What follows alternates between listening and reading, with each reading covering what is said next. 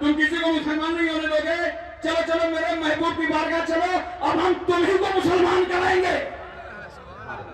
عمر نے کلمہ پڑھ لیا، مرنے کا عمر تلوار لے کے آئے تھے، ارادہ صحیح نہیں تھا، کلمہ پڑھنے لگے، کہا ہاں یہ لوہے کی تلوار تھی، جس لوہے کی تلوار کے مصطفیٰ کے اخلاق کی تلوار نے ٹکڑے ٹکڑے کر ڈالے۔ یہ ہے اخلاق، اخلاق پیدا کرو، اخلاق بناؤ سماج میں، تم اپنا اخلاق دکھاؤ لوگوں کے سامنے، انشاءاللہ اسلام بڑھتا جائے گا۔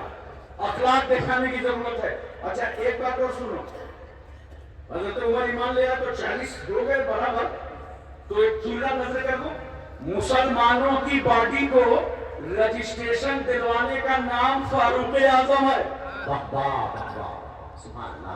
ایک آخری بات سن لیجیے، آپ کو کچھ پیغام لے کے جانا ہے، یہاں سے پیغام لے کر کے یہاں سے اٹھنا ہے۔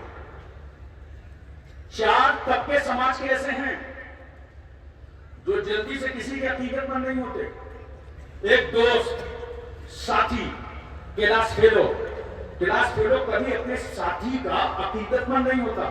آپ چاہے جتنی بڑی پوسٹ پہ چلے جائیں، جب آپ کا ساتھی ملے گا نا تو باہوں میں باہیں ڈال دے گا، کیسے ہو، کیا حال ہے، آپ کو خراب لگے گا، ابے میری پوسٹ نہیں سمجھ لیا، میں ضلع ادھیکاری ہوں، مگر نہیں، ساتھی کی نظر میں تو ساتھی ساتھی ہوتا ہے۔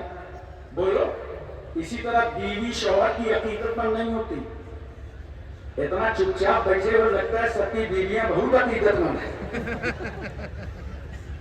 بولو، بیوی جلدی سے عقیدت مند نہیں ہوتی۔ اتنا ماشاءاللہ، یہ جب ہمارے علماء ماشاءاللہ کانفرنسوں میں جلسوں میں جاتے ہیں، آپ کے گھر دعا کرنے جاتے ہیں، تو آپ کتنا استقبال کرتے ہیں، نئی چادر، خوشبو، آئیے حضرت تشریف لائیے، بڑا کرم، بڑی مہربانی، بڑی عنایت، آئیے مبارک قدموں میں کو گھر میں رکھیے۔ بولو، لیکن ان سے پوچھنا جب میں کانپور چلا جاؤں، یہ جب اپنے اپنے گھر جاتے ہیں، کبھی بیوی بولی آئیے بڑی مہربانی ہے، بڑا کرم ہے، بڑی نوازش ہے، بڑی عنایت ہے، آئیے مبارک قدم ہے، مقدس قدم ہے، بیوی بولی، بیوی کی نظر میں تو شوہر شوہر ہوتا۔ اسی طرح بچے بڑوں کی عقیدت مند نہیں ہوتے، جو پیچھے ہیں سلام ہوگا سب سے آگے، انکوائری کرو آئے کہاں سے، راستے سے کی تمہاری ٹانگوں کے اندر سے، کیونکہ بچوں کو بڑوں کی عقیدت نہیں ہوتی۔ ایک طبقہ سماج میں ہے، انڈیا میں نوکر، عرب میں غلام، نوکر کبھی مالک کا عقیدت مند نہیں ہوتا، ہاتھ باندھے کھڑا ہے، یس سر، جی سر، ہاں سر، اور اندر ہی اندر اڑ رہا ہے کہ 6 بج گیا ہے، چھوڑے گا تب، کیونکہ نوکر مالک کا عقیدت مند نہیں ہوتا۔ قربان جاؤ مسلمانوں، سماج کے یہ 4 طبقے، دوست ساتھی کا عقیدت مند نہیں، بیوی شوہر کی عقیدت مند نہیں، بچہ بڑے کا عقیدت مند نہیں، نوکر اپنے مالک کا عقیدت مند نہیں، مگر قربان جاؤ اس انقلاب آفری پیغمبر پر، قربان جاؤ اس رحمت للعالمین پر، کہ میرے رسول نے مردوں میں سب سے پہلے جو کلمہ پڑھوایا تو وہ اپنے دوست سے کلمہ پڑھوایا، ابو بکر سے کلمہ پڑھوایا۔ نبی صلی اللہ علیہ وسلم نے عورتوں میں سب سے پہلے کلمہ اپنی بیوی خدیجہ الکبریٰ سے پڑھوایا۔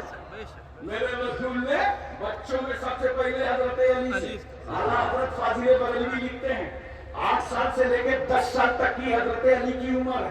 نبی نے پوچھا، علی رات میں خدیجہ کو نماز پڑھتے دیکھا تھا؟ ہاں یا رسول اللہ، یہ کون سا سسٹم ہے، ہاتھ کا اٹھانا، ہاتھ کا باندھنا، ہاتھ کا کھولنا، پیشانی زمین پر رکھ دینا؟ نبی فرماتے، علی میں اللہ کا نبی بن کر آیا ہوں، اور جس خدا نے مجھے نبی بنایا ہے یہ اس کی عبادت کا طریقہ ہے۔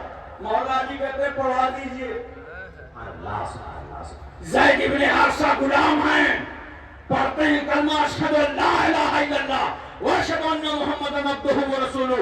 پتہ چلا دنیا میں جو کسی کا عقیدت مند نہیں ہے وہ بھی رحمت للعالمین کا عقیدت مند ہے، مصطفیٰ جان رحمت کا عقیدت مند ہے۔